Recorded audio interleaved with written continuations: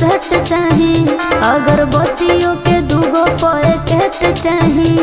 एक गुलाब वाला और एक जैस्मिन वाला, एक को मैं सुबह जलाऊंगी और एक को शाम जलाऊंगी, ठीक है। माई के सिंगार वाला सेट चाही, अगरबत्तियों के दूगो पैकेट चाही।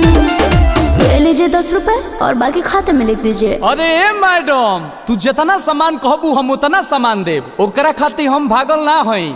लेकिन जदि उधारी के बात कैलू तब बुझ लिह हम संतोष पागल नहीं।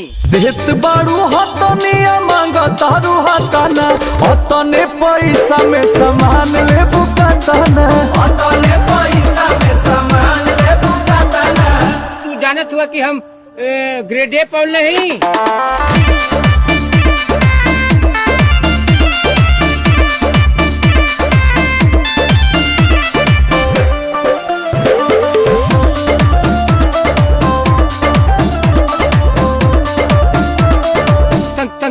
संतोष पागल नहीं। तोरा जस दू चार गो जस गहकी फंस जाई मोर दुकानदारी हो। नगद लगा के चढ़बो पर शादी, खुश हो जाई है महतारी हो। के मनवा को सेट होता हो, आरतीला लेट होता हो। जल्दी जल्दी सामान झोरा में डालो। अरे मैडम, तू झोरा में डलवाव चाहे बोरा में डलवाव, ओकरा खातिर हम भागल ना हई। लेकिन जदि उधारी सुधारी के बात कैलू तो बुझ लीह हम संतोष पागल नहीं। देत बाड़ू हतनिया मांग तारू हतना, हतने पैसा में सामान ले बुकातना, हतने पैसा में सामान ले बुकातना। मारम ना एक फट की एको भाषा ना बोलबा कोनो विषय में।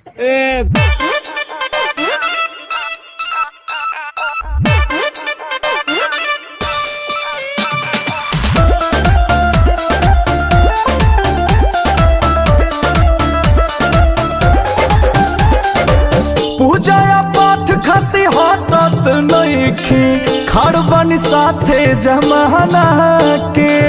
अंकुश के ऊपर से बाटे दबाओ कम पर माइज ना होई आठवाना के।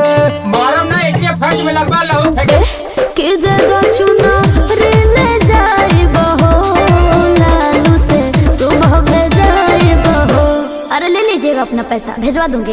अरे मैडम, तू चुनरी ओढ़ के सुनरी बन मुनरी बन, ओकरा खातिर हम भागल ना हई। लेकिन हमारा अभी पैसा ना मिलल तो बुझ लीह हम संतोष पागल नहीं। देत बाड़ू हतनिया मांग तारू हतना, हतने पैसा में सामान ले बुकातना, हतने पैसा में सामान ले बुकातना।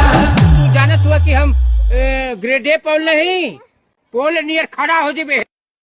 अभी ऑनलाइन कर देती हूँ।